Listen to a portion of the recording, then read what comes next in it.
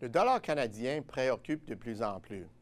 Voilà à peine une semaine que j'ai amorcé Parlons Exportation, la tournée pan-canadienne d'un mois durant laquelle je présente notre nouvelle édition des prévisions à l'exportation.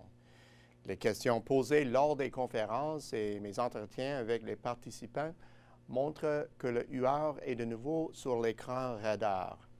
Et ce n'est pas surprenant, vu l'incertitude politique et le repli naissant de cours des produits de base, l'orientation à court terme de notre monnaie ne semble pas très claire.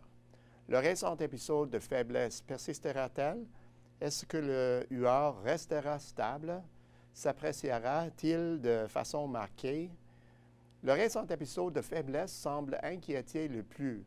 Le UR, qui par rapport au dollar américain s'est changé dans la fourchette moyenne et supérieure des 70 cents au cours de la dernière année, a glissé dans la fourchette des 73 cents et progressivement perdu de latitude. On est bien loin de l'envolée du UR de 2014. Après avoir culminé à 93 cents face au billet vert en milieu d'année, le UR a plongé dans la fourchette supérieure des 60 cents au début de 2016, après la chute des cours des produits de base. Notre dollar a orchestré une remontée partielle, réconfortante pour plusieurs, mais sa trajectoire généralement à la baisse attire depuis l'attention. Les cours des produits de base sont en partie à l'origine du problème. De l'avis de nombreux d'analystes, la croissance économique était censée propulser les cours des produits de base dans la direction opposée. Ce scénario se fondait sur l'hypothèse qu'un renforcement de l'économie mondiale devait faire monter les cours des matières premières. Le plongeon des cours pétroliers et des métaux de base a donc été interprété comme un autre signe de l'essoufflement de l'économie mondiale. Et cela a perduré pendant un moment.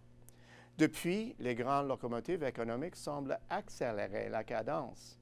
De nombreux analystes n'ont pas tenu compte du fait que l'assouplissement quantitatif a gonflé les cours des produits de base et que la poussée de la croissance a incité la Fed à mettre fin à son programme, ce qui a brisé l'élan des cours.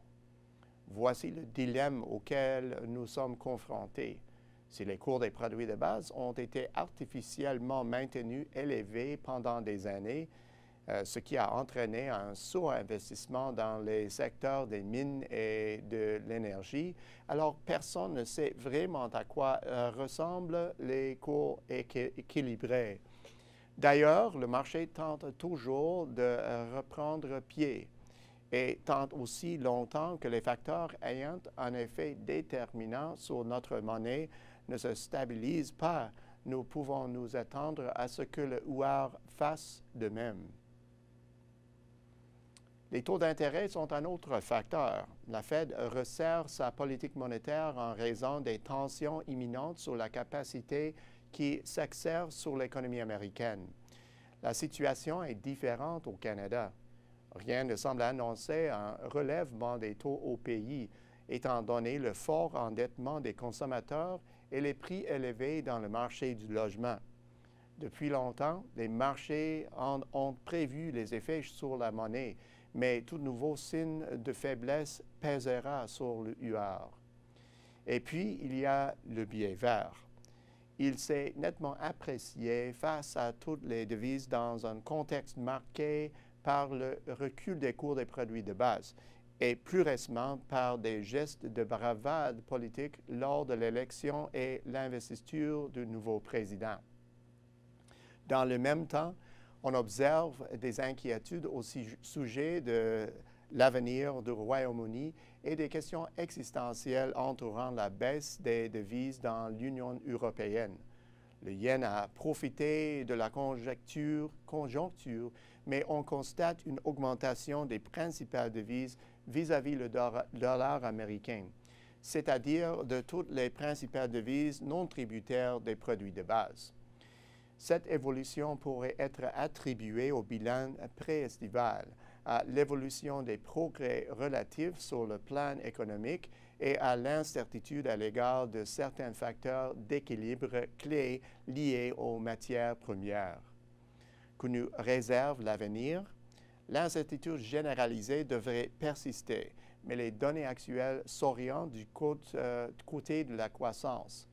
En effet, le marché de l'emploi demeure robuste aux États-Unis et celui de l'Union européenne suit de près.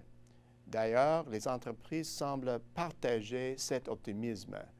Les États-Unis étant en tête du peloton, le billet vert devrait rester vigoureux, puis ralentir un peu la cadence à court terme alors que d'autres économies gagnent du terrain. La demande en biens de base sur les marchés émergents devrait prendre la même direction, ce qui est un signe positif pour l'évolution à court terme des produits de base.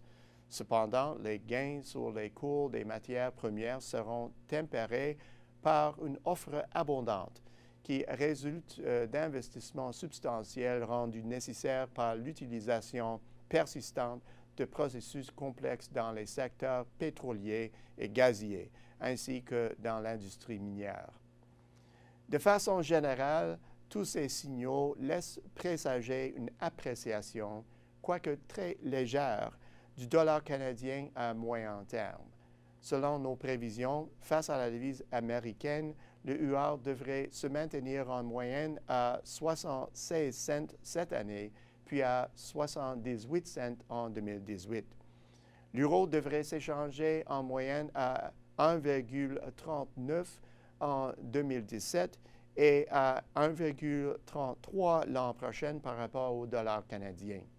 Au bout du compte, malgré la tourmente qui secoue la sphère des politiques, le UR semble promis à une période de stabilité inhabituelle qui tombe à point nommé. À la semaine prochaine, c'est Peter Hall.